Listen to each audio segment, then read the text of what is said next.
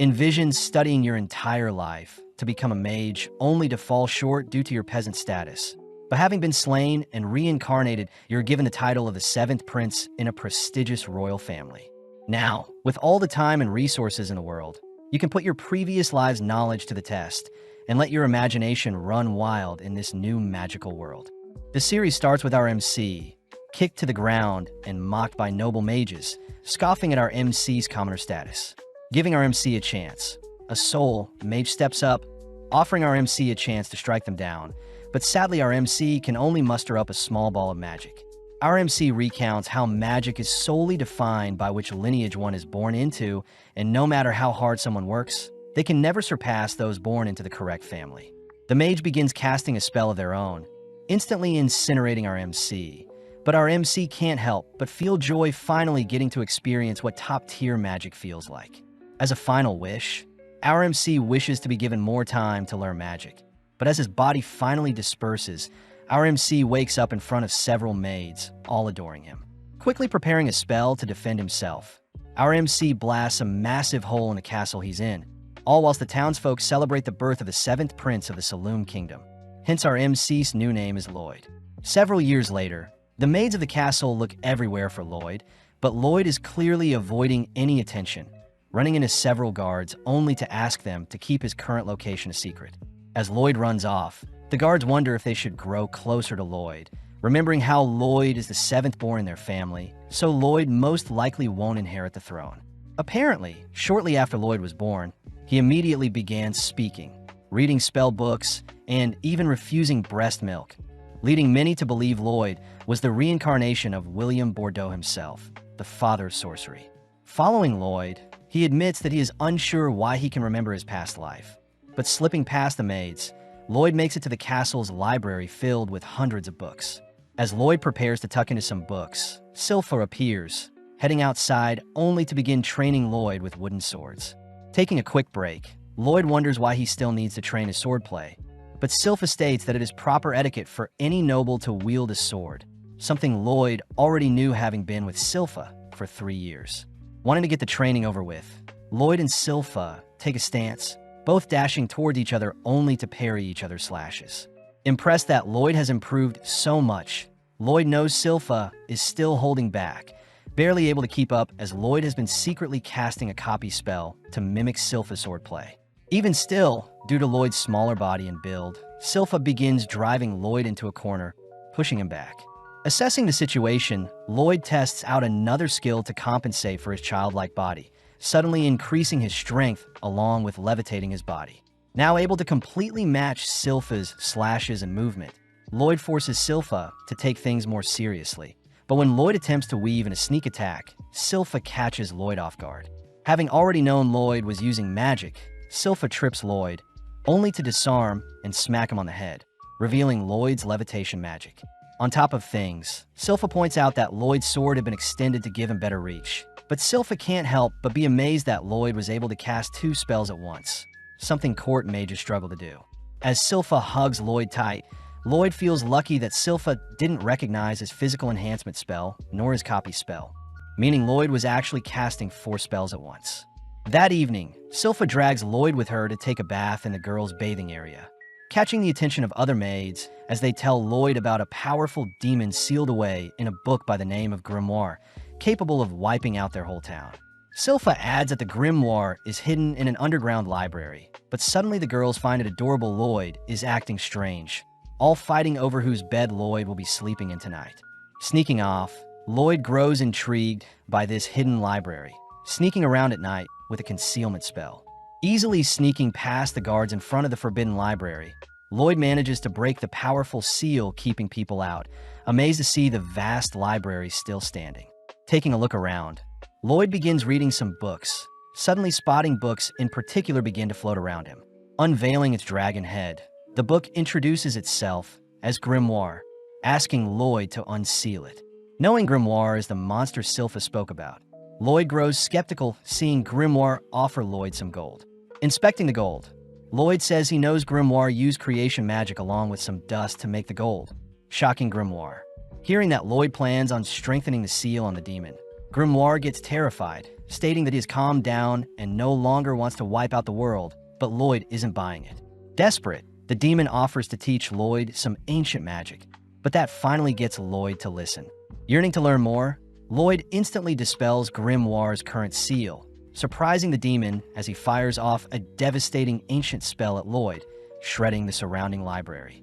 As the smoke clears, the demon is horrified to see Lloyd has erected a perfect barrier, a spell that consumes and nullifies Grimoire's volley of ancient spells.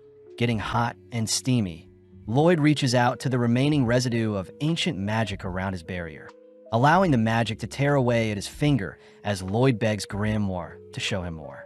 Pissed, Grimoire duplicates his head, beginning to cast a dual spell, but once again Lloyd's barrier perfectly blocks it. Inspecting the spell, Lloyd knows that such a spell can only be cast by demons with two mouths, but it's simply an advanced version of the same spell from earlier. Terrified at Lloyd's capabilities, Grimoire attempts to flee, but Lloyd has preemptively constructed barriers to keep anything else from being destroyed. Trapping the demon in one of his barriers, Lloyd lets loose a fire spell of his own, burning up the demon all whilst trapped in one of Lloyd's barriers. After a while, Lloyd realizes that Grimoire is still alive, asking Grimoire to wait as Lloyd reverts all the damage done to the library. Amazed by Lloyd's amazing feats, Grimoire decides to call Lloyd Master, but Lloyd is more curious as to why demons can't be slain with magic. Seeing as he is no match, Grimoire offers to be Lloyd's familiar, only to transform into a cuter form. Offering to sit inside Lloyd's pocket, Grimoire takes the chance to dive into Lloyd's mind, mortified by the dense mana a mere child has. Knowing that he stands no chance, Grimoire asks to be called Grim, choosing to obey Lloyd's every command for now. Several days later, a blonde boy suits up like normal, heading through the mansion only to enter the library. As Grim hides, Lloyd greets his big brother Albert, both heading outside to see Albert training. Casting a small spell, Albert knocks down his target flawlessly, something Lloyd expected since Albert is the second prince, both smart and physically capable.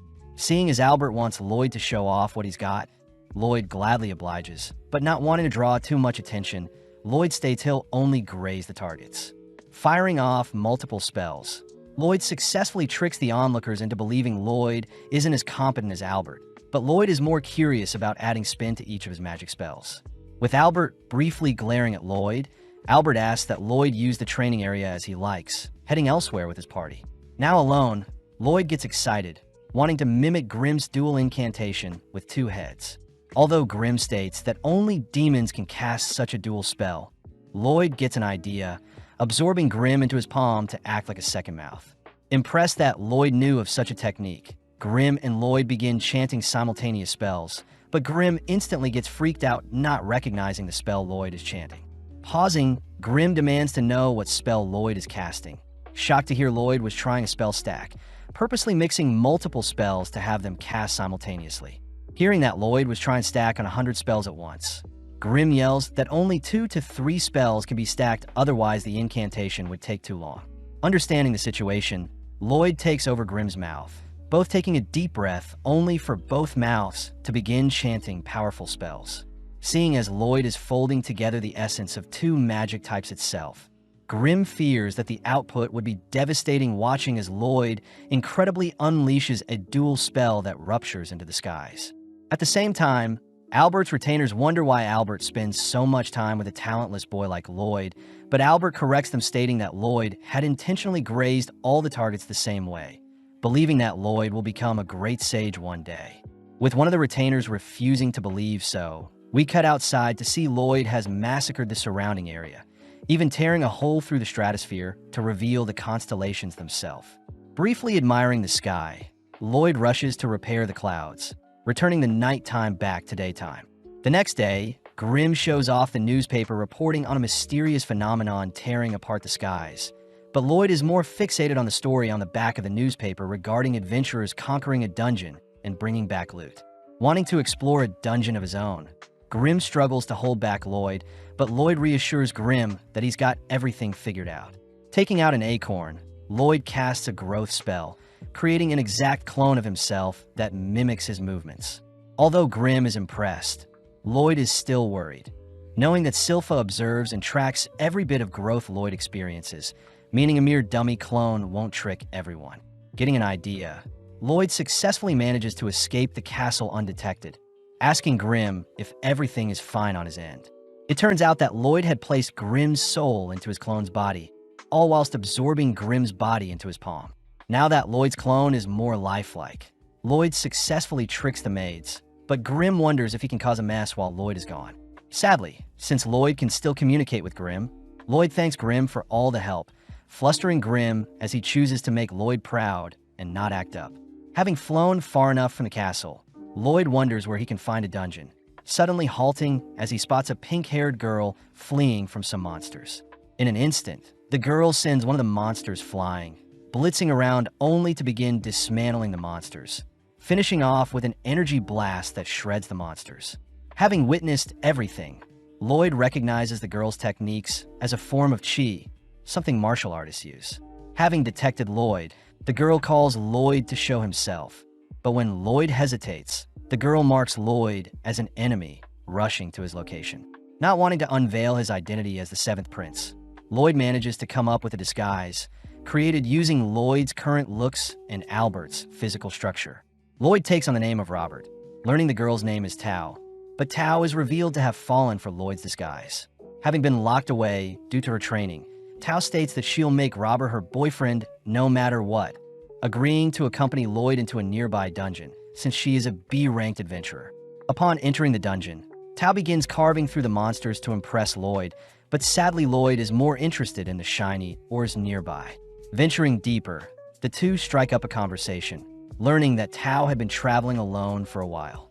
Whipping up a quick meal, Lloyd asks about Tao's chi techniques, surprising Tao since chi is very similar to mana, as chi circulates based on breathing techniques.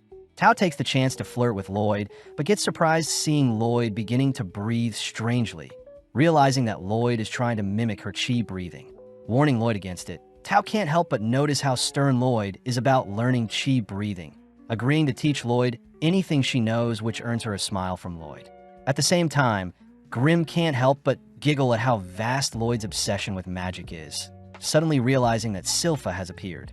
Back in the dungeon, Tao shows off a chi blast, easily destroying the boss of the dungeon only to point Lloyd to the final treasure chest. Lloyd grows curious as to the overall build of the treasure chest itself, something Tao finds adorable. But on top of things, Tao notices Lloyd's breathing has grown stable, celebrating as Tao has finally found a perfect match that her family has to approve of. Finally opening up the chest, a mysterious blade appears, cutting down on Tao, but Lloyd manages to read the attack, pulling Tao aside.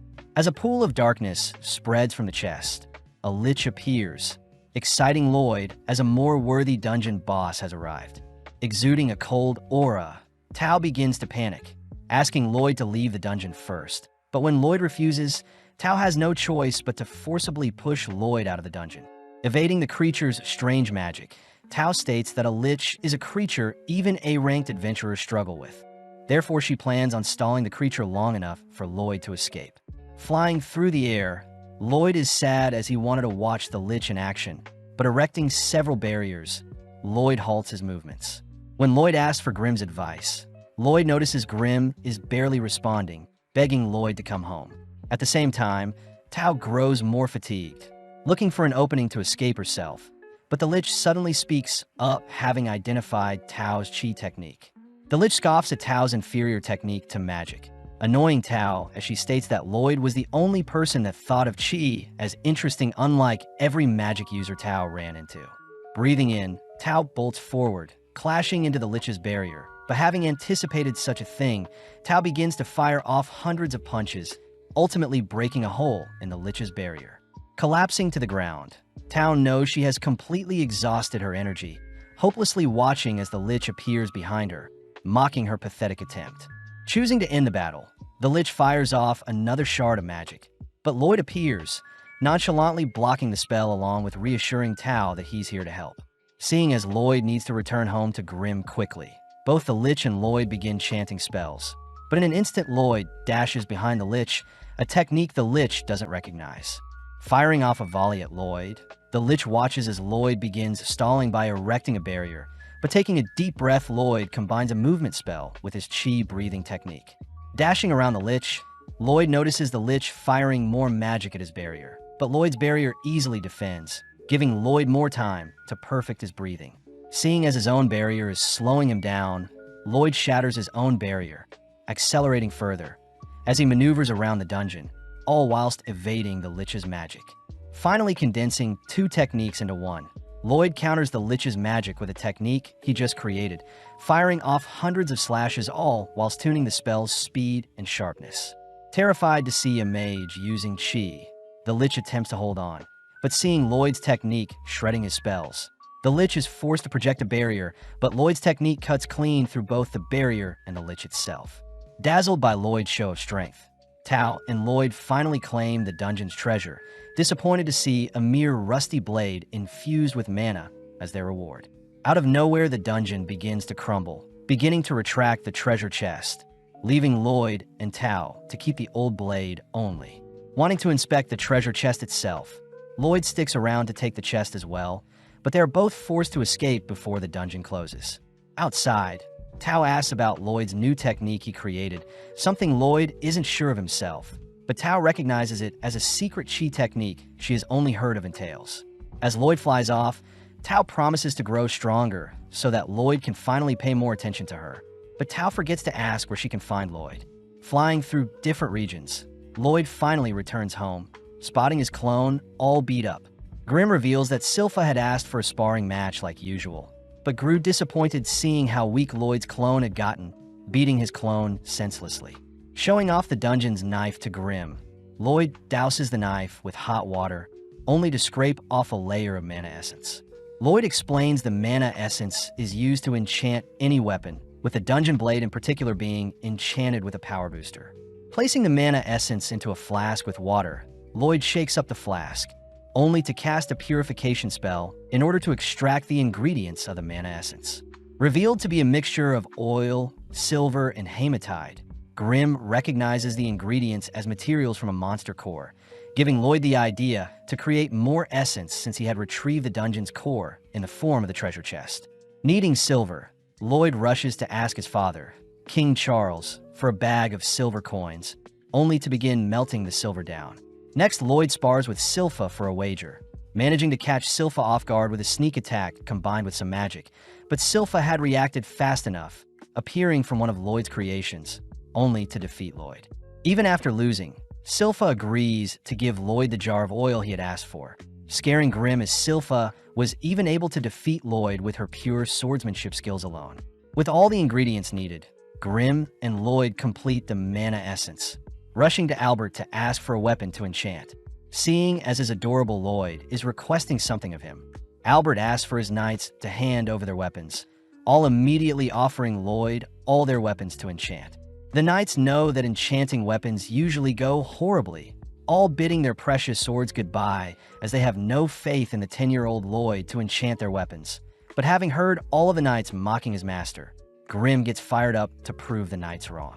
As Lloyd begins layering on 2 to 3 enchantments, Lloyd unfortunately shatters the first blade, being too weak to withstand Lloyd's enchantments. Soldiering on, Lloyd works through the night, only to report to Albert that he managed to enchant 50 out of 120 swords, frightening Albert as even the greatest enchanter has only a 10% success rate. Inspecting the blades, one of the knights refuses to believe Lloyd enchanted the blades, but when the knight goes to sheath his blade, his holster is suddenly cut into 2 by the newly enchanted sword. Spotting a glowing blade in particular, Albert is mesmerized by the enchantments, offering Lloyd to join him on a monster hunt given by their father. Heading out of town early the next day, Lloyd accompanies Albert and Silpha, all heading towards a forest via carriage. Lloyd asks where the monsters they are hunting will be, excited to hear the monsters reside near a lake, especially since Lloyd can see how strong his enchanted blades are. As Silpha admires Lloyd's adorable expressions, Albert can't help but tease Silpha for clinging on to Lloyd too much, but Albert is silent seeing Silpha draw her sword. Just then, Silpha detects creatures approaching, spotting that the monsters are all wielding steel equipment. Pumped up, the knights protecting Lloyd and Albert all rush into formations, ready to test out their new enchanted gear. all whilst Grim spots Lloyd using a chi breathing technique to detect all objects in his surroundings. Plus, Lloyd always has his barrier spell ready to protect himself. Seeing the knights engage the monster, the knights flawlessly cut through the creatures, all thanks to Lloyd's enchantments. Praising Lloyd, Albert declares that Lloyd truly is a prodigy, but they both suddenly spot a monster rushing them. Before the two can react, Tao appears, dispatching the creature. Having sensed a cute guy nearby, Tao had rushed over, crouching beside Lloyd only to realize Lloyd is using a chi breathing technique. Plus, Lloyd looks very similar to Robert. As Tao senses another monster attacking from behind, Silpha is forced to save her, demanding that Tao step away from her precious Lloyd. Stopping the girls from fighting, Albert asks Tao to accompany them, all setting up camp for the night near a lake.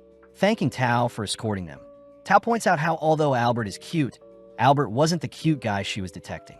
Hiding from Tao, Lloyd realizes it's his chi breathing that may blow his cover, choosing to lay low and hide in his tent for the rest of the night. But Lloyd suddenly realizes that Silpha was changing in his tent. Demanding to know why Silpha is sharing a room with him, Silpha states that she is the only person that can protect Lloyd, trapping Lloyd between her thighs. Entering the tent, Tao is flustered seeing Silpha pinning Lloyd down with her body, swiftly evading a dagger thrown by Silpha. As the girls begin to bicker and argue, Lloyd manages to sneak away, but Albert teases Lloyd for attracting so many girls. Albert points out how Silpha has changed a lot ever since she started looking after Lloyd, shaking as he remembers something. But at the same time, Silpha and Tao beat up the knights watching them arguing. As Silpha puts on some clothes, Tao says she has been hired to fix up a nearby shrine, but before Tao can leave, a monster appears smashing up a portion of the campsite. As everyone prepares to engage the creature, they all recognize it to be a bear wolf. But as the knights begin attacking the creature, Grim is seen acting weird due to the broken shrine nearby. As Tao distracts the creature, she buys enough time for Albert to draw his sword, suddenly casting an infernal spell that incinerates the wolf in one shot. Surprising everyone, they all thank Lloyd for Albert's newly enchanted sword, but Grim finally remembers that the nearby shrine used to seal a powerful demon. As the smoke clears from Albert's explosion, the corpse of the wolf, along with various other monsters, suddenly appear, giving rise to Demon Pazuzu, who had been hiding in the wolf's mouth. Pissed that people are slaying its servants, Pazuzu has its monsters attack, but Albert soon realizes the monsters have insane regeneration. Lloyd asks if Grim and Pazuzu are friends, but Grim says they aren't, uttering that Pazuzu is puppeteering the monsters with its dense mana along with regenerating their wounds. Intrigued, Lloyd asks Grim to teach him the same mana transmutation technique as Pazuzu. But at the same time, Pazuzu begins insulting the humans for losing slowly at the hands of his beast army. When Pazuzu begins to insult Lloyd, Silpha suddenly snaps, asking Lloyd to remain hiding. With Silpha's terrifying aura erupting, Silpha is offered a role to join Pazuzu's servants. But Silpha scoffs at the idea of serving a disgusting creature, declaring she'll slay Pazuzu. Giddy, Pazuzu reminds Silpha that the monsters will continue to heal as long as he channels mana into them. Seeing Silpha shake, Pazuzu suspects that Silpha is able to sense its vast mana pool, but Silpha instead mocks Pazuzu's stinky breath. Annoyed, Pazuzu rushes Silpha with his wolf servant, but in an instant Silpha severs the wolf's legs before it could do any harm. As Pazuzu begins to regenerate the wolf's legs, Albert and the others realize the monsters have stopped moving entirely, reasoning that Pazuzu can't control the creatures whilst it's prioritizing healing itself. Off to the side, Grim points out that transmuting mana is quite difficult since the mana needs to be correctly tuned to fit the intended target. Surprisingly, Lloyd manages to transmute a flower with his mana, even matching the color and scent of the flower. Out of nowhere, Silpha slams Pazuzu and his servant to the ground, picking up one of Lloyd's enchanted swords, admiring how finely enchanted the blade is, only to prepare to finish off the demon. Pazuzu is weirded out by how Silpha is acting, beginning to encircle Silpha, all whilst choosing to insult Lloyd in order to get Silpha to drop her guard. Seeing an opening, Pazuzu manages to clamp on his Silpha with his wolf servant, but Silpha has used the opportunity to get close to the demon, revealing her dual sword techniques that shreds the bear wolf along with Pazuzu's body from inside. Continuing to hack away at the demon, Silpha begins ramping up her speed to ensure Pazuzu is defeated. But Lloyd takes the chance to memorize Silpha's body shape with his new transmutation skill, all whilst Silpha coldly marches towards the demon, preparing to take its life. Glaring at the demon on its knees, Silpha watches as Albert and the others take down the remaining beasts, all staying vigilant until Silpha slays Pazuzu. Out of nowhere, a potent smog fills the air, bringing all the humans to their knees as Pazuzu seems to have evolved.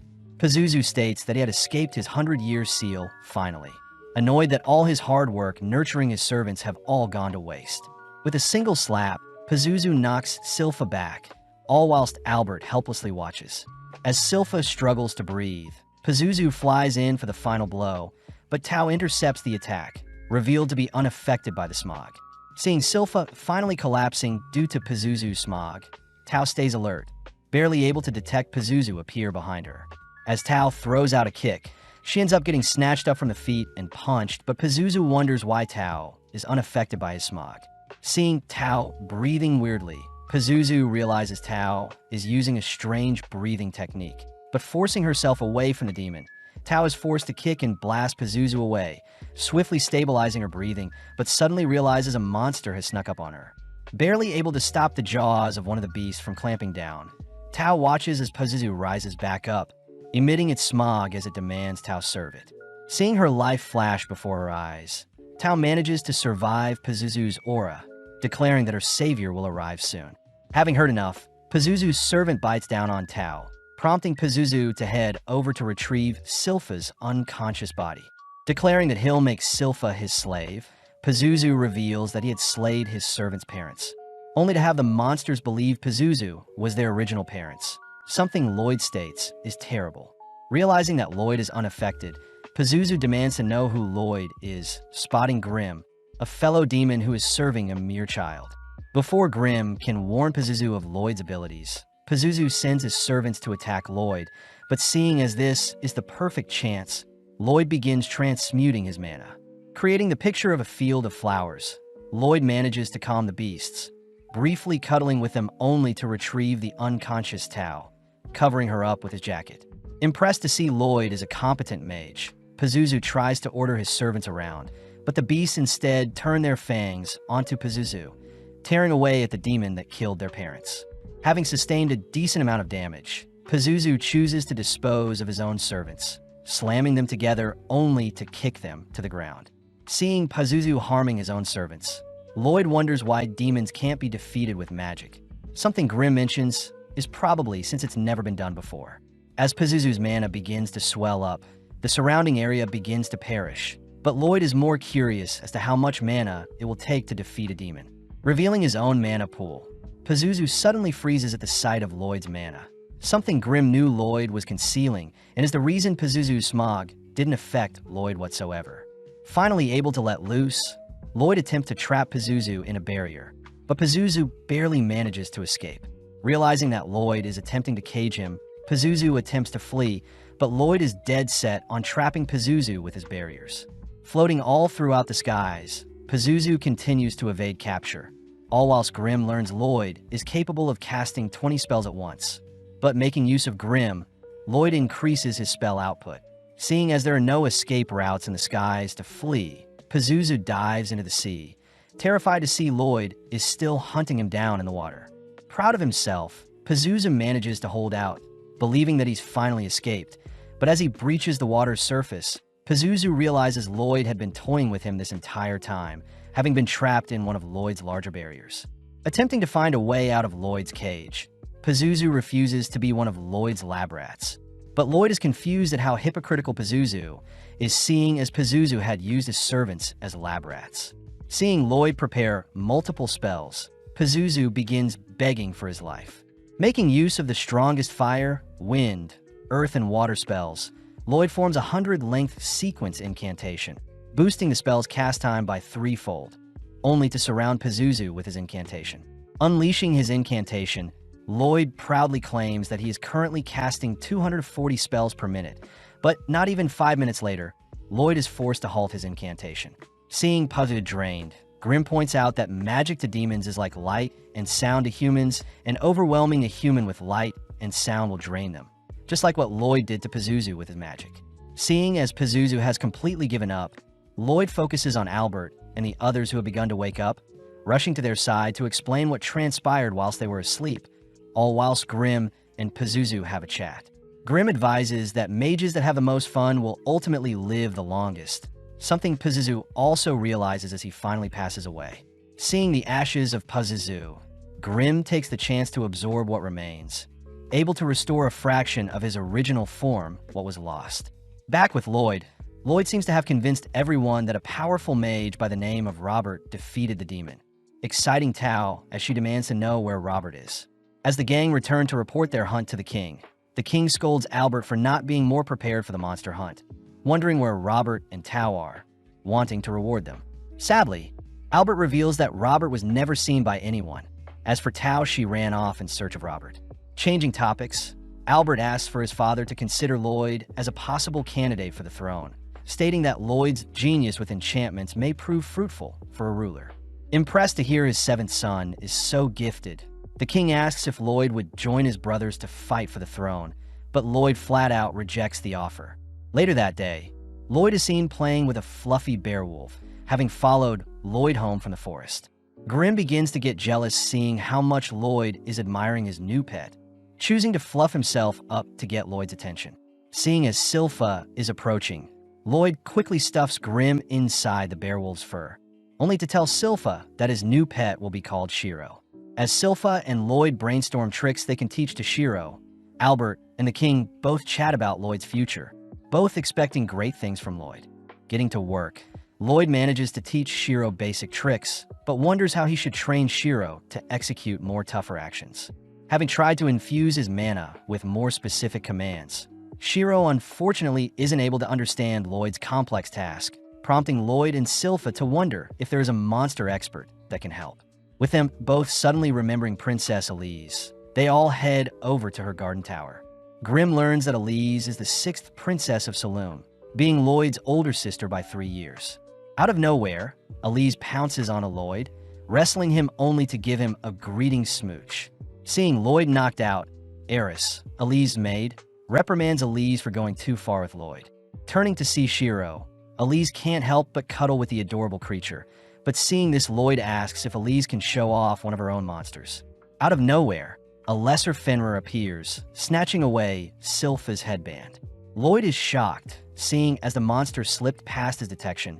Lloyd is intrigued as to what command Elise gave to the Fenrir in order to have it time its approach. Asking for Elise to teach him all she knows, Elise gladly obliges, revealing that a deep bond with any animal will involve lots of love. Demonstrating her powers, Elise calls for the animals to surround her, stating that love is a technique anyone can learn.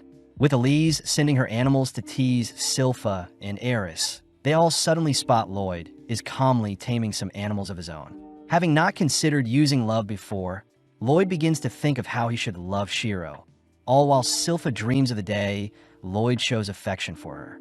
Reconstructing Elise's taming technique, Lloyd notices that Elise had channeled mana into her animals via her head, allowing her to communicate with nothing but thoughts. Trying it out, Lloyd manages to establish a connection with Shiro, having him run circles only to leap into the air.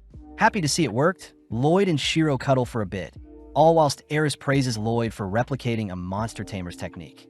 Elise cries that love is the most important factor for taming monsters, something Lloyd doesn't disagree with, especially since the tamer must get to know the monster they want to tame first. Seeing Lloyd adorably explain love, Eris, Silpha, and Elise all adore Lloyd, rushing to his side only to begin loving him. As Lloyd begins heading back, Silpha says they'll be sparring again today, but out of nowhere Albert appears, asking to borrow Lloyd for a bit. Albert calls for Lloyd's older brother Dien, the 4th prince, to show himself. Heading to a small smeltery, Dien demands to see Lloyd enchant a blade for himself, but Albert defuses the situation by revealing that Dien always wanted to be a blacksmith, even traveling to the nation of Bartram to learn smithing when he was 10. Sitting down, Dien watches as Lloyd begins enchanting a sword, refusing to believe Lloyd has learned so much at such a young age. But when Lloyd finishes up his enchantment, Dien can't help but tremble seeing how magnificent Lloyd's enchantments are.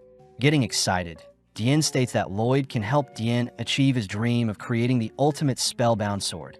a weapon that has enchantments built into it and layered onto it. Dian reveals that he was never capable of casting magic like most mages. Therefore, Dian wants even normal humans to wield magic when they swing a spellbound sword around. Only interested in the production process of a sword, Lloyd agrees to help Dian out, both getting to work as Dian sets the goal of creating a sword that can shoot fire.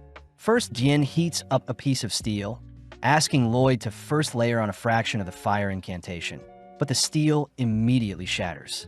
As Lloyd attempts a weaker enchantment, Dian can't help but notice Silpha and Shiro interested, having Silpha help out with hammering the steel, but sadly Lloyd's powerful enchantments are still too strong for the piece of steel.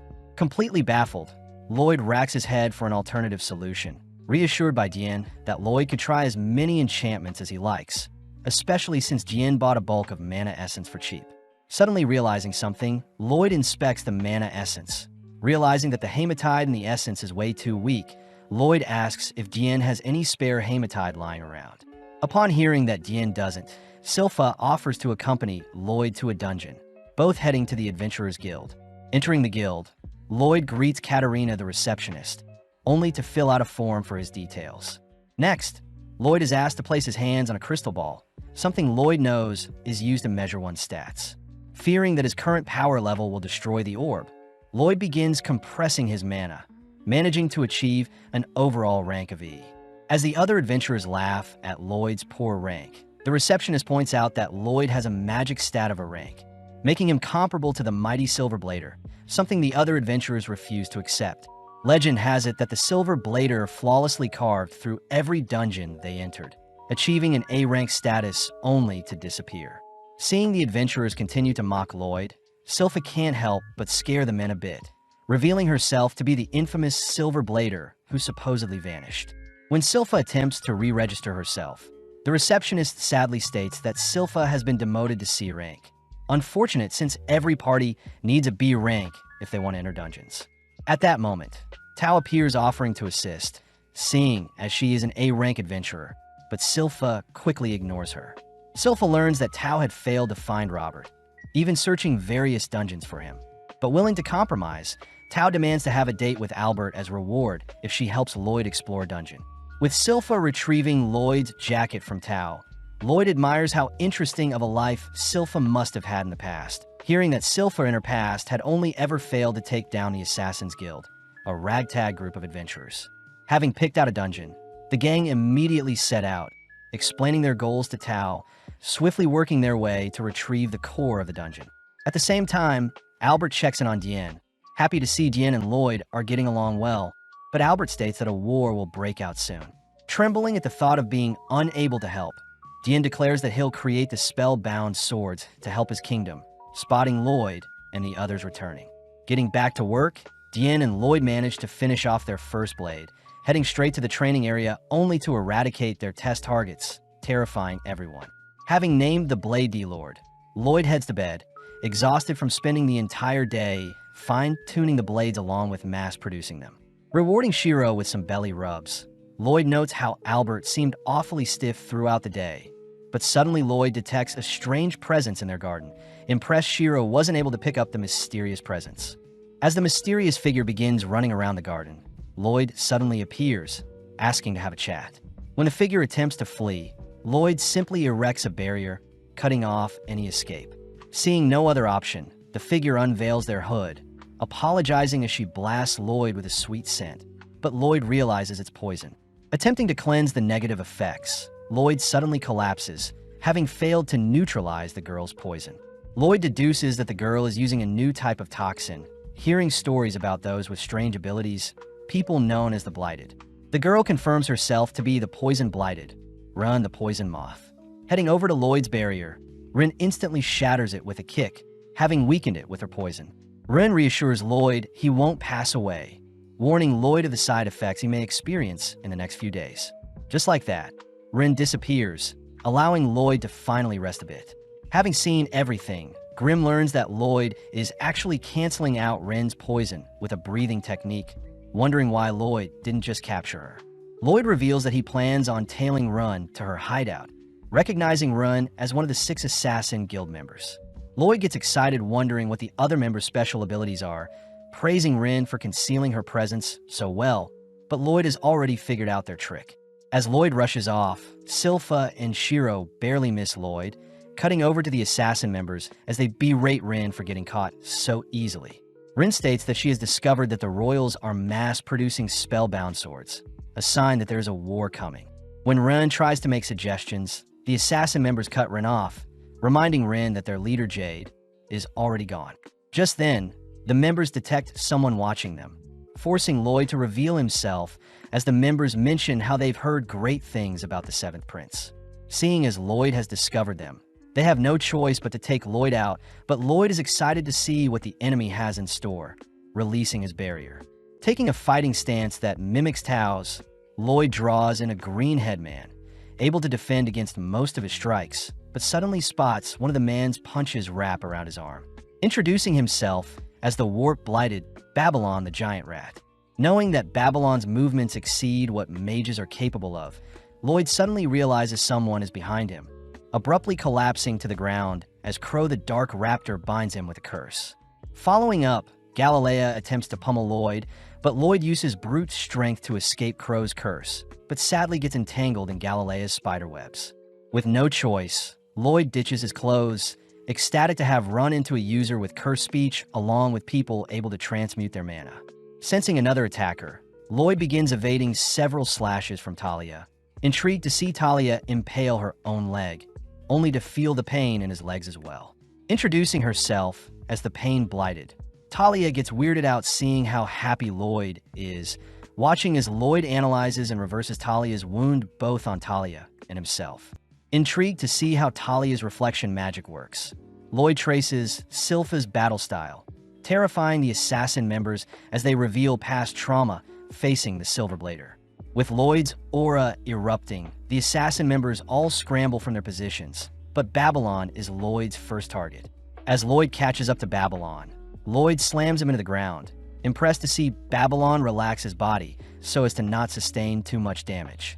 Appearing around Lloyd, Galilea, and Crow pinch him, but Lloyd predicts Crow's cursed speech attack, slipping out of the pinch and allowing the curse to blast Galilea into Talia instead.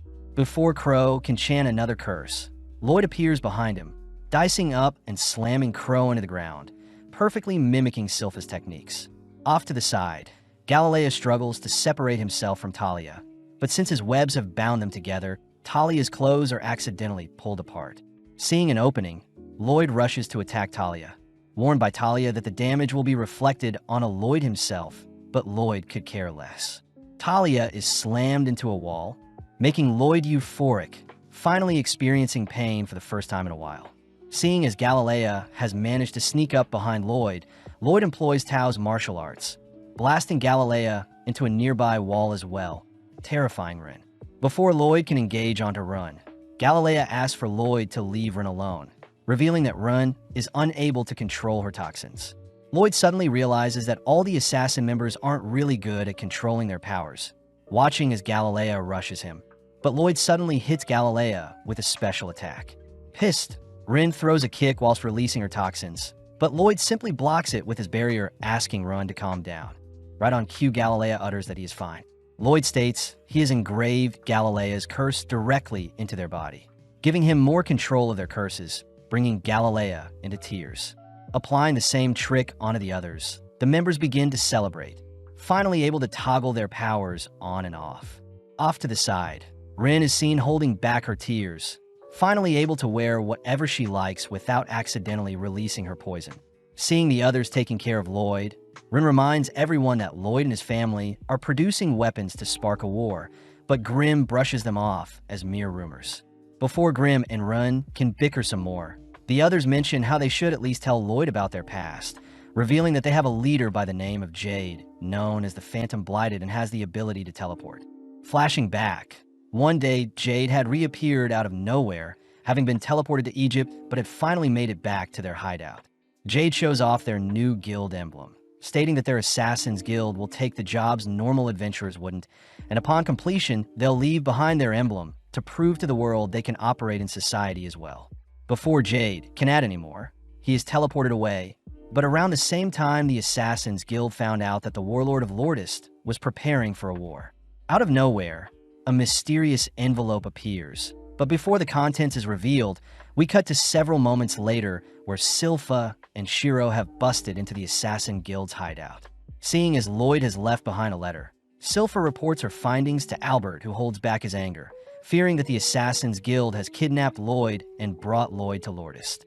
Worst of all, Silpha shows off the sticky clothes Lloyd had left behind, horrifying everyone as Albert and Silpha both declare they'll wage war if it means Lloyd will return safe. Cutting back to when the envelope appeared, Galilea reads that Jade had officially overthrown the rulers of Lordest, making the assassin members celebrate. But inspecting the letter himself, Lloyd can't help but smirk. Immediately heading out, Lloyd sends everyone flying with him towards Jade's location. But we learn that Galilea and Run had asked if Lloyd could help Jade fix his teleportation curse as well. But Lloyd points out that Jade no longer needs his help, since the letter seems to have been perfectly teleported to their location. Lloyd knows that teleportation magic itself is very rare, especially being able to control it, making the members wonder if Jade was lying about his curse this whole time. Regardless, Rin says she still wants to reunite with Jade, exciting Lloyd as he says he'll accompany them. Seeing as Run is starting to doubt Jade, Lloyd cheers Rin up, making Rin's heart flutter a bit. Having been flying for only 10 minutes, Lloyd is forced to stop, realizing that everyone is dizzy, but seeing as they need food, Rin runs off into the woods to catch some food. Babylon reveals that Rin grew up in the forest, wanting to show off her skills to Lloyd, but Rin is revealed to have a tragic past, having accidentally slayed her own parents with her poison. It was then when Jade took her in and introduced her to everyone, all agreeing to help raise Run as one of their own. As the gang spend time designing clothes to neutralize Rin's poison, Rin couldn't help but break down, finally finding a family she can rely on, and even considering Jade as her big brother. Hearing such a wholesome story, Lloyd says he really wants to meet Jade, surprising Grim. Right on cue, Rin returns, whipping up a dense stew, terrifying everyone as they wonder if a prince like Lloyd should be fed such a food item. Surprisingly, Grim and Lloyd devour the stew, prompting everyone to join in, enjoying the meal like a family. Flashing back, there was a day when Jade had announced their guild members were all getting bounties, exciting everyone as they're finally being recognized as actual people. Seeing everyone celebrating, Jade reveals that he is actually the third prince to the Lordest family, adding that his family are diabolical people who all fiend for war. Jade mentions how he had planned to use the Assassin's Guild as a tool to stop his family from inciting war. But seeing as his members are all calm, Jade wonders why they're not angry at him. The members all remind Jade that they all have hidden pasts as well. Therefore, they don't really care what Jade's intentions are, as long as Jade remains a family member with everyone. Impressed to hear his guild members are willing to commit crimes for him, Jade states that he must claim the throne by himself, not wanting his assassin members to have to dirty their hands. Jade admits that he may never return, but he promises he'll one day claim the throne for himself and finally grant all outcasts a place to stay.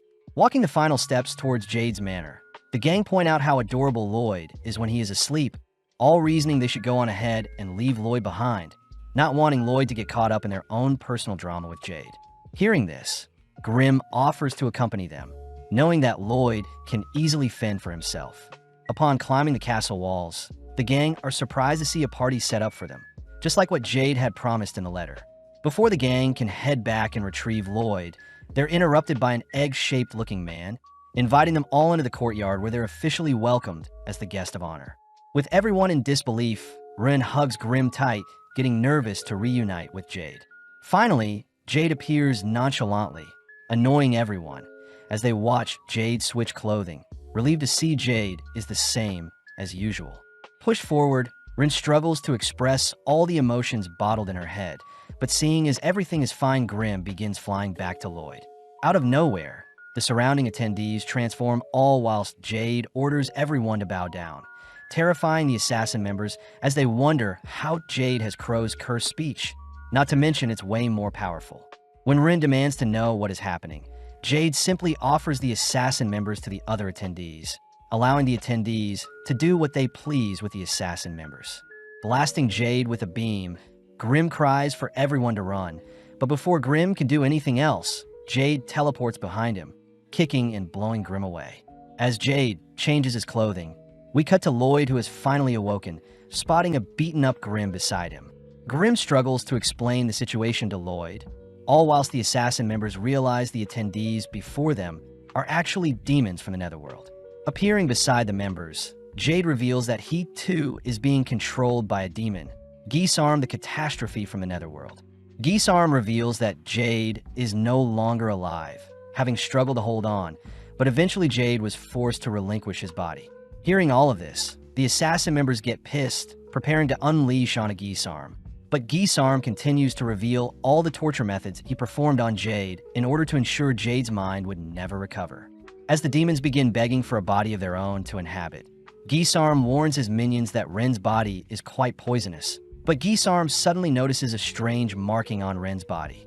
Unable to recognize the spell from Jade's memories alone, Geesarm uses his cursed speech, demanding Ren explain where she got the marking, but Ren bites her tongue to silence herself. With Geesarm cursing Ren to sell out the person that placed the spell on her, Ren fights for dear life, suddenly watching as Lloyd's barriers surround all the assassin members, only for an incineration ray to light up the surroundings. With the ray tearing a massive hole in the castle's courtyard, the assassin members look into the skies, only to spot Lloyd triumphantly appear to even out the playing field. Having scared the demons back into their bodies, Lloyd checks on the others, only to choose to heal Ren's tongue. Lloyd starts by ordering the assassin members to run, knowing that Geesarm is solely after their bodies. As the demons wonder if their master had been killed, Geesarm nonchalantly teleports behind them, ordering his minions to chase after the assassin members. But Lloyd simply blasts the demons to stall them. As two demons appear beside Lloyd, Lloyd continues to monitor Geesarm's every move, watching as Geesarm speaks a death curse that weaves through Lloyd's barrier. Seeing as it's best to dodge, Lloyd analyzes the curse, noting how the curse causes cardiac arrest and slays the target struck by the curse. Grimm advises Lloyd to flee, seeing as Geesarm's curse speech is a form of transmuted mana, a complete counter to Lloyd's mana barrier, as the mana barrier can only block spells created from mana. But seeing as transmuted mana is a different form, Lloyd's barrier won't be able to block Geesarm's attacks. Grimm also points out Geesarm's mana is quite vast, being a completely ascended being, explaining that demon servants are ranked 10th amongst demons. Demon Pazuzu was ranked 8th. Grimm himself is ranked 3rd, but Geesarm is a demon lord, placing himself above rank 1 and considered the pinnacle of all demonkind, being able to take on even 100 rank 1 demons alone. Seeing as Geesarm is the real deal, Grimm advises Lloyd to flee, but Lloyd chooses to introduce himself to Geesarm. Geesarm remembers Jade's memories had once mentioned Lloyd the 7th Prince, but regardless, they both prepare to enjoy the oncoming battle. Grimm continues to beg Lloyd to flee, stating that any mana attack will barely scratch a behemoth like Geesarm. But making the first move, Geesarm fires off a small projectile, instantly shattering 2 layers of Lloyd's barrier. Geesarm grows excited, choosing to fire off a volley of spears that chase Lloyd throughout the castle.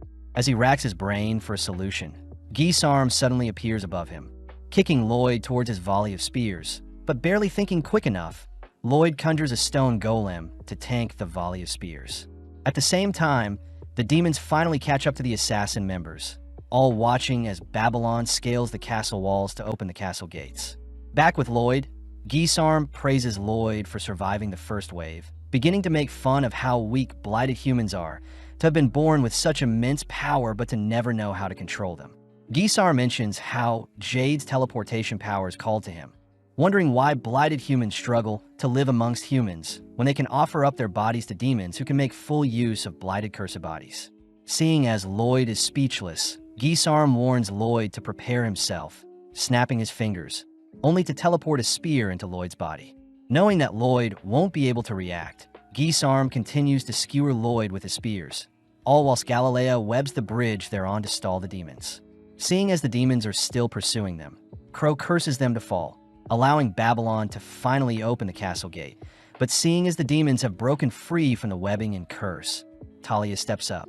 Placing the demons in her sight, Talia slashes her own leg, ordering the others to leave without her. Seeing the demons regenerating, Talia simply continues to hack away at her own body, stalling the demons for the others to flee, but unable to leave his family behind. Galilea chooses to shove Crow and Ren through the gate, closing the gate behind him only to join Talia. Galilea promises to remain by Talia's side all the way to the very end, giving Talia enough courage to sacrifice her life if it means the demons will disappear as well. Seeing the demons attempting to stop her, Galilea holds them off with his web. Watching as Talia cries out, imagining how much pain Jade must have gone through whilst trying to stop Gisarm from invading his mind. As Rin begs for everything to return back to normal, Talia pulls the trigger, all whilst Gisarm mocks Jade's memories of wanting to live peacefully with his friends. Turning to check on Lloyd's skewered corpse, Gisarm realizes he had attacked a stone statue instead, watching as Lloyd appears with a blade aimed at his neck. Nonchalantly teleporting away, Gisarm is amazed to see Lloyd is still standing, but gets thrown off hearing Lloyd wants to move their fight elsewhere. Right on cue, a swarm of fire arrows lay waste to the demons, rescuing Talia and Galilea. As the castle gate is shredded, Albert and the others triumphantly appear, declaring that they'll save Lloyd no matter what. Flashing back, we see Silpha training with her sword, easily carving through training dolls. Unfortunately, the blades Silpha wields bends before she can unleash her full strength, curious as to whether a demon may be able to draw out her full strength. Seeing Albert and the gang have arrived, Ren and the others grow excited, but suddenly Silpha and Albert turn their attention to the assassin members.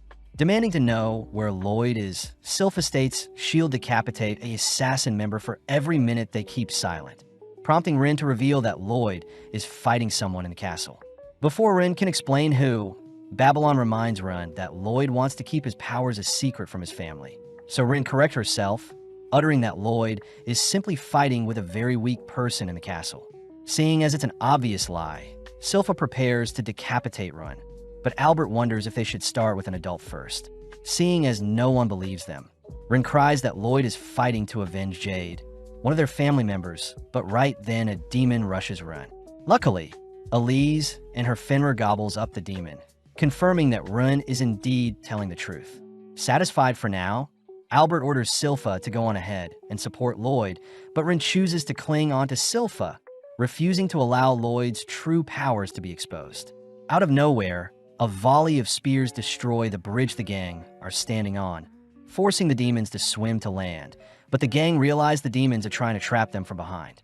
As Albert and the gang rush through the gates, we see Lloyd and Gisarm making some small talk, only for Gisarm to continue pursuing Lloyd with his spears, all whilst Grim wonders why Lloyd is holding a sword.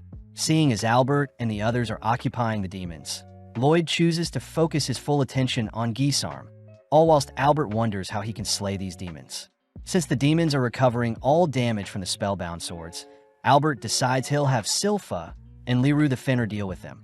But at the same time, Silpha tries to order Shiro to jump across the destroyed bridge in order to reach Lloyd. At first, Shiro is hesitant, but seeing as his master is in trouble, Shiro jumps as far as he can, ultimately falling into the water below. Before Silpha can give it a go, the egg-shaped man appears, slashing at Silpha, but Silpha easily defends with her dual blades. The demon is impressed at Silpha's sword play, choosing to reveal itself as a rank 8 demon, a master of the demon blade form. Back with Albert, he continues to barrage the demons with their fire swords, suddenly realizing a demon has snuck up behind him. Luckily, Babylon appears, instantly dislocating the demon's head, only to introduce himself to Albert.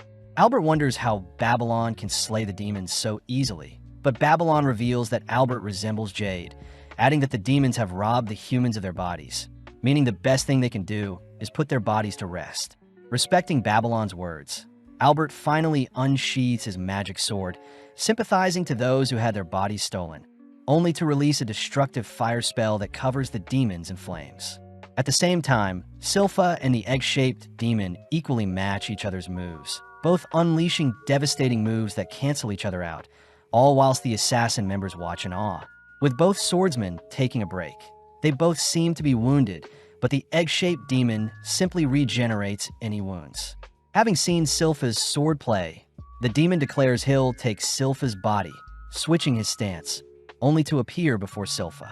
Barely able to evade the demon's slash, only to hear that the demon's current body belonged to a skilled swordsman who lived countless years, only to have its body ripped away. Having heard enough, Silpha shows off a new trick, employing the demon's same slashing attack, shocking everyone. Silpha begins mocking the demon for not being able to copy moves like herself, calling for Shiro only to retrieve a blade Lloyd had gifted to her. Cutting back to when Silpha was training, Lloyd had surprised Silpha with a sword, mentioning how the blade is designed to withstand all of Silpha's might. Lloyd states that since demons still rely on a body to exist, a sword that slays the demon's body will still kill the demon. But in some cases, when a demon's regenerative powers is too strong, the demon must be killed with a single powerful strike. Surprised, Silpha wonders why Lloyd is giving her this sword. But Lloyd mentions how Silpha always holds back when she fights, knowing that Silpha's current swords can't withstand her full force. Embracing Lloyd, Silpha declares the sword's name to be Demon Bane, but the egg-shaped demon can't help but mock the sword's pathetic name. The demon reveals that they had planned from the very start to lure Jade along with the assassin members into giving up their bodies, pissing the assassin members off. Having heard enough, Silpha takes a battle stance, forcing the demon to match her energy, but as they both rush each other, in an instant Silpha minces up the demon, ending the duel in a split second.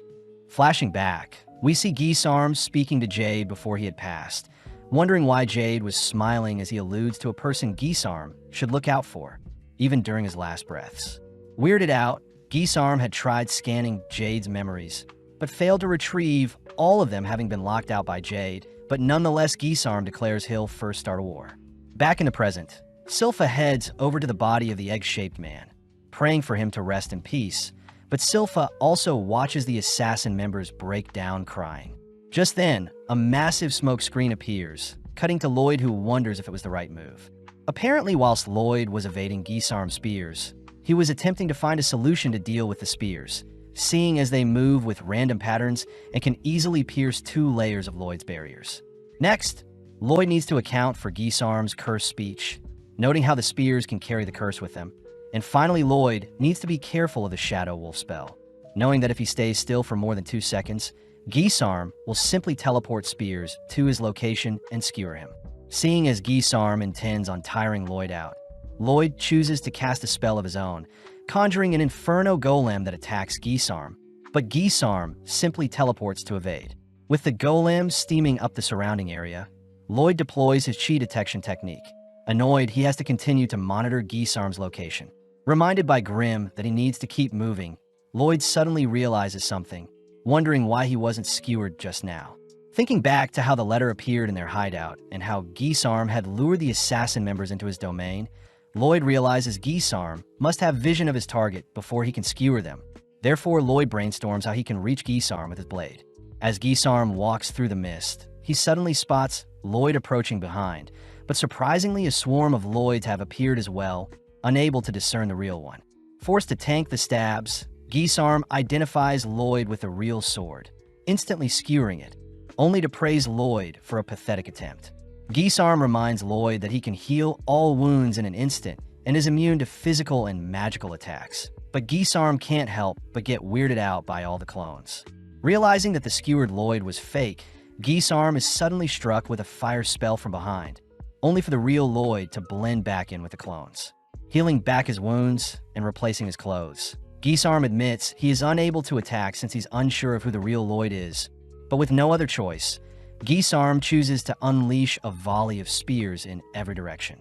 Spotting a barrier appearing around Lloyd, Gisarm rushes to crush Lloyd's head, but sadly, it was another clone. Wondering what other tricks is up Lloyd's sleeve, Gisarm watches as various clones dodge and weave, all dashing towards Gisarm, exciting Gisarm as he continues to dispatch the clones. At the same time, Lloyd blends in with the crowd, purposely dropping his barrier and instead concealing his presence with an invisibility spell. It's revealed that the sword Lloyd is wielding was a blade called Spell Taker, a blade that can convert absorbed spells into mana or allows the holder of the sword to analyze spells. Barely creeping past Gisarm, Lloyd manages to slash and analyze Jade's teleportation magic, suddenly falling into the mind that once belonged to Jade, only to realize what Jade had been hiding from Gisarm all along. Dismantling his own clones, Lloyd reveals himself, surprising Gisarm as he eggs Lloyd on. Seeing Lloyd not moving, Gisarm tries taunting Lloyd, but Lloyd refuses to budge. Lloyd explains that demons are born powerful, therefore they'll never get to experience what humans go through, something Gisarm brushes off as Lloyd's boring rambling. Having heard enough, Gisarm teleports in for a killing blow, but Lloyd surprisingly is able to intercept the strike and counter with a punch of his own. Terrified at what Lloyd just pulled off, Lloyd explains he had used chi to conceal his intentions. Plus, Lloyd had predicted where Gisarm was teleporting to. Having confirmed Gisarm's techniques are similar to Crow and Grimm's techniques, Lloyd orders Gisarm to get up. Lloyd takes the chance to ask if Gisarm remembers Jade's last words, infuriated when Lloyd utters that Gisarm will lose. Teleporting towards Lloyd, Lloyd manages to predict Gisarm's movements, intercepting and pummeling Gisarm with various attacks. Continuing to cut off Gisarm's movements, Lloyd manages to blast Gisarm with a double-casted spell, sending Gisarm back into the pit of magma created by Lloyd's initial death ray. Knowing that his body won't recover from magma, Gisarm desperately teleports away, but Lloyd is already there to intercept. Lloyd begins remembering back on the times he spent learning magic, reminiscing on kind, scary, and fun people he met along the way. Seeing Gisarm speechless, Lloyd orders that Gisarm try something new, but seeing as Lloyd wants to see his full power, Gisarm reveals his trump card. Gathering all the mana in the surrounding area, Gisarm reveals his mortal dark sphere, encouraging Lloyd to attempt to block it. As Gisarm releases the catastrophic spell on Lloyd, Lloyd nonchalantly erases it with a wave of his palm, revealing that the spatial class spell, Void, is a similar variation of Gisarm's trump card. When Lloyd had first learned of such a spell, he had experimented with the Void spell in different ways. One way included colliding two voids together, a phenomena that causes both colliding voids to cancel out. Hearing all of this, Gisarm refuses to accept a mere child is capable of demonic-level magic, blinking behind Lloyd only to grab a hold of him. In that moment, Lloyd gives Gisarm a taste of his true mana, mortifying Gisarm and Grimm as they stare off into Lloyd's limitless mana pool. Retaliating with void spells of his own, Lloyd fires them off to hunt down Gisarm, all while Shiro, Liru, and Silpha begin dismantling the remaining demons. Silpha notices that the demons are moving slower than usual, suddenly spotting Rin infecting the demons with her poison. As Albert struggles to see past the mist, he wonders why the sun hasn't risen yet, cutting to Gisarm, who is being absorbed by Lloyd's void spell. Struggling to break free, Gisarm attempts to leave the body behind, but as Jade's body clamps onto Gisarm's demon form, Gisarm realizes there is no escape, desperately impersonating Jade only to beg for his life. Disgusted by Gisarm's pathetic pleas, Lloyd conjures another void to pinch and crush Gisarm, all hearing Gisarm's frustrated cries for help. As Gisarm's presence is completely erased between the two voids that decimate each other, the dark clouds disperse to reveal the long-awaited sunrise, but Lloyd catches a glimpse of what remains from Jade. Flashing back, Jade had once told his guild about the rumors surrounding Lloyd the Seventh Prince, speculating that the Seventh Prince was a prodigy and may be able to lift the curses on the Blighted. With Rin realizing that Jade's speculations were correct, we cut to later that day, where Lloyd is seen helping set up a burial for the deceased. Grimm is curious as to how Lloyd ended up predicting Gisarm's movements, but Lloyd states that after analyzing Jade's teleportation, it was quite easy to calculate an endpoint for each teleportation. Grimm is amazed Lloyd won the battle so easily, but Lloyd reveals that Gisarm wasn't to be toyed with, as it was ultimately Jade who had deciphered the teleportation spell before he passed, explaining why Jade had warned Gisarm along with the reason why he was smiling before he had passed. All Jade had to do after was to simply wait for the day someone would dive into his memories and make use of the spell's weakness to finish of Gisarm. With Rin secretly listening in to Lloyd and Grimm's conversation, she prepares to thank Lloyd for all he's done, but Albert suddenly appears. Approaching Lloyd, Albert asks if Jade was behind everything, having heard that Lloyd was simply dragged along with the assassin members. Before Lloyd can confirm such a thing, Albert states that the assassin members have been restrained, since they are still criminals who had kidnapped Lloyd, but Albert does utter that their punishment for such a crime will be to serve Lloyd for the rest of their lives. Raising his sword to Lloyd's neck, Albert reminds Lloyd that the assassin members are now an extension of Lloyd and also their family of Saloon. Albert demands to know if Lloyd understands the brevity of such a responsibility, surprising everyone when Lloyd utters he'll uphold their family name to ensure his new retainers are well-trained. Satisfied, Albert kneels down, reassuring Lloyd it's okay to ask for help when he needs it. Seeing as everything is settled, Albert takes the chance to give Lloyd a big hug, all whilst Tao arrives, having heard that Lloyd was in trouble. Realizing that she was too late, Tao begins to leave, all whilst Albert chases after her to thank her for fighting off Pazu. With the assassin members being set free, everyone sits down for a tea party. But seeing everyone so stiff, Albert breaks the tension by allowing the assassin members to send Jade off with their own type of celebration. Finally letting loose, both Crow and Tao mourn at the passing of Jade, all whilst Talia attempts to seduce Albert. Brushing off Talia's advance, Albert demands to know all the details behind Lloyd's sticky clothing, all whilst the girls enjoy a refreshing bath. Rin takes the chance to ask Silpha if she can serve Lloyd as well, but Silpha calls for Lloyd to appear, flustering Rin as Lloyd nonchalantly allows it. Hearing Rin continue to doubt herself, Lloyd advises that Rin change her attitude first, reassuring Rin that she'll be accepted no matter who she was in the past, bringing Rin to tears. The season ends with Rin starting her first day as Lloyd's new maid, helping Silpha dress up Lloyd, only for Lloyd to report his adventures to the king, spending the remainder of his free time studying up on some more magic. Continuing from the previous season, we follow Rin entering Lloyd's room to tell him about breakfast. But as Rin greets Shiro and Grim, she is suddenly frightened hearing Lloyd's voice. Lloyd announces that he had perfected the mana block Rin used to conceal her presence, a feat that makes Rin speechless, but she suddenly apologizes, seeing as she was too casual with Lloyd. Lloyd says it's been a couple of days since Rin has been a maid, hearing that she is still struggling with the basic manners and chores she must perform, but regardless, Rin promises to serve Lloyd well. Lloyd says Rin can speak to him casually when they're alone, but Silpha appears, declaring that Rin must not address Lloyd casually no matter what. Lloyd is happy to see Rin is fitting in quite well, but as we cut to later that day, we see that the Lordist Kingdom is undergoing repairs. Lloyd is seen testing out the spring web floors Galilea had installed, all still shocked that Galilea had been elected governor of Lordist Island. But Lloyd reveals he had personally recommended Galilea. Lloyd wants Galilea to make the island a safe haven for those that are blighted, something Galilea promises he'll do in order to carry on Jade's legacy. But the gang wonder if they could create a barrier to protect their island. Grimm says they should use divine sorcery, horrifying the others as they realize Grimm is a demon. But Grimm continues by stating that divine sorcery is special magic given to wielders by God and primarily deals with evil beings.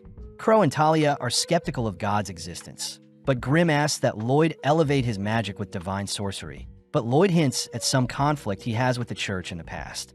Regardless, Babylon and Rin accompany Lloyd to visit a church, but Lloyd asks why Rin is here, flustering Rin as she says Silpha couldn't make it, plus she just wants to spend time with Lloyd. Babylon says one must serve the church through good deeds before they can be blessed with divine sorcery. So as the gang head inside, Lloyd gleefully greets Father Herbal. Herbal is glad to see that a kid is interested in the church, but upon recognizing it to be Lloyd, Herbal reminds Lloyd that he terrorized them 2 years ago, demanding that Lloyd leave. Right on cue, Escher appears to defuse the situation, reminding Herbal that as holy figures they should forgive when possible, and with Lloyd showing off the adorable Shiro, Herbal agrees to accept Lloyd. With Herbal taking some time to adore Shiro's fluffy fur, he assigns Lloyd, Babylon, and Rin-appropriate attire along with a set of chores to start them off. Sadly, within a few minutes, we see Lloyd bored out of his mind, even accidentally breaking a shiny-looking vase only to mindlessly wander away. Escher cries that Lloyd needs to clean up after his mess, but seeing Lloyd apologetic, Escher says it isn't Lloyd's fault. Escher realizes the broken vase is one of Herbal's favorite antiques, wondering how she'll explain things to Herbal, but Lloyd finally feels bad, agreeing to help tidy up his mess. As Run and Babylon arrive, they ask what Lloyd was like in the past, making Escher reminisce as she says Lloyd only loves magic, suspecting Lloyd is here today to learn divine magic. Apparently 2 years ago, Lloyd would break things as well, having zoned out when doing mundane tasks, and Escher would never scold him seeing how adorable he was.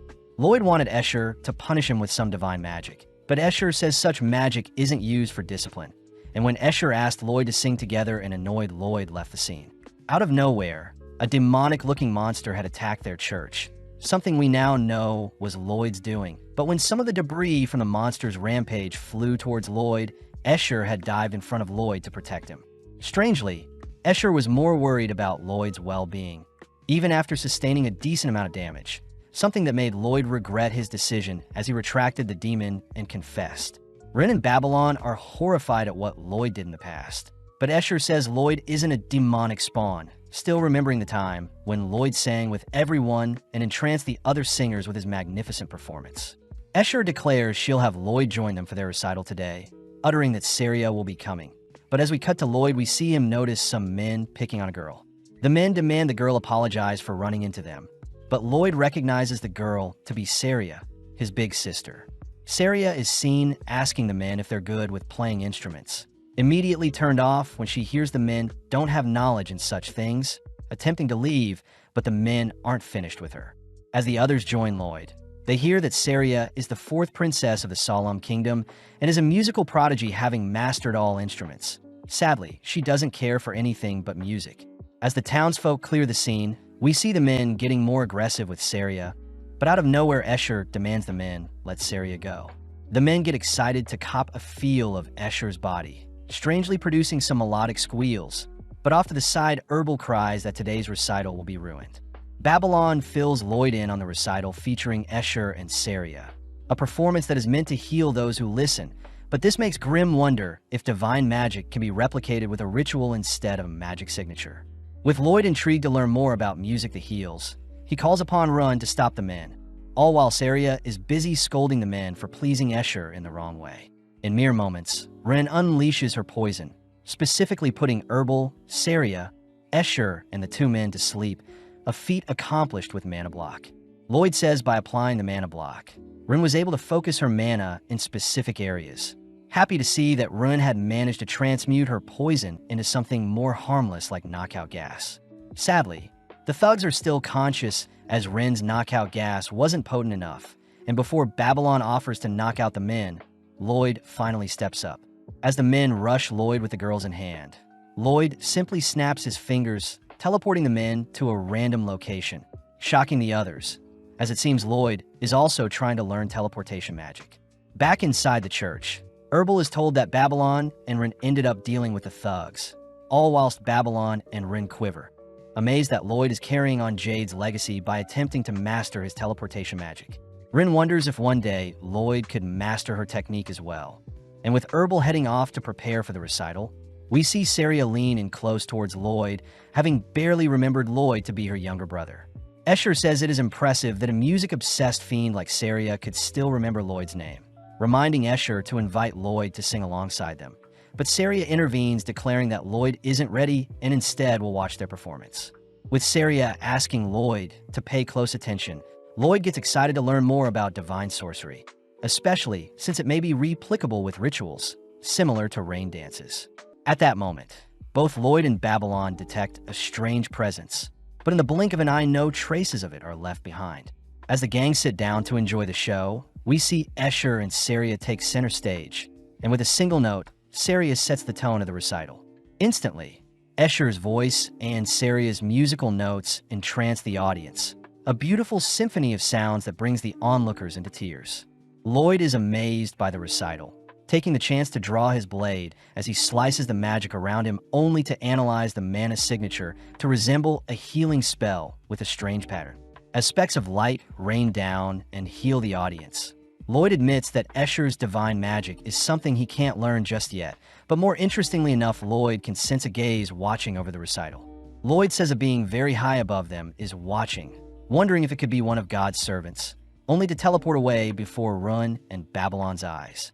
Having used Shadow Wolf to teleport to the mana signature watching them, Lloyd is seen flying endlessly through space, suddenly smashing into a strange realm filled with clouds. As Lloyd and Grimm explore the cloud-filled scenery, they stumble onto a structure with their culprit sitting atop the stronghold, declaring that the figure before them was the one gazing at them from above.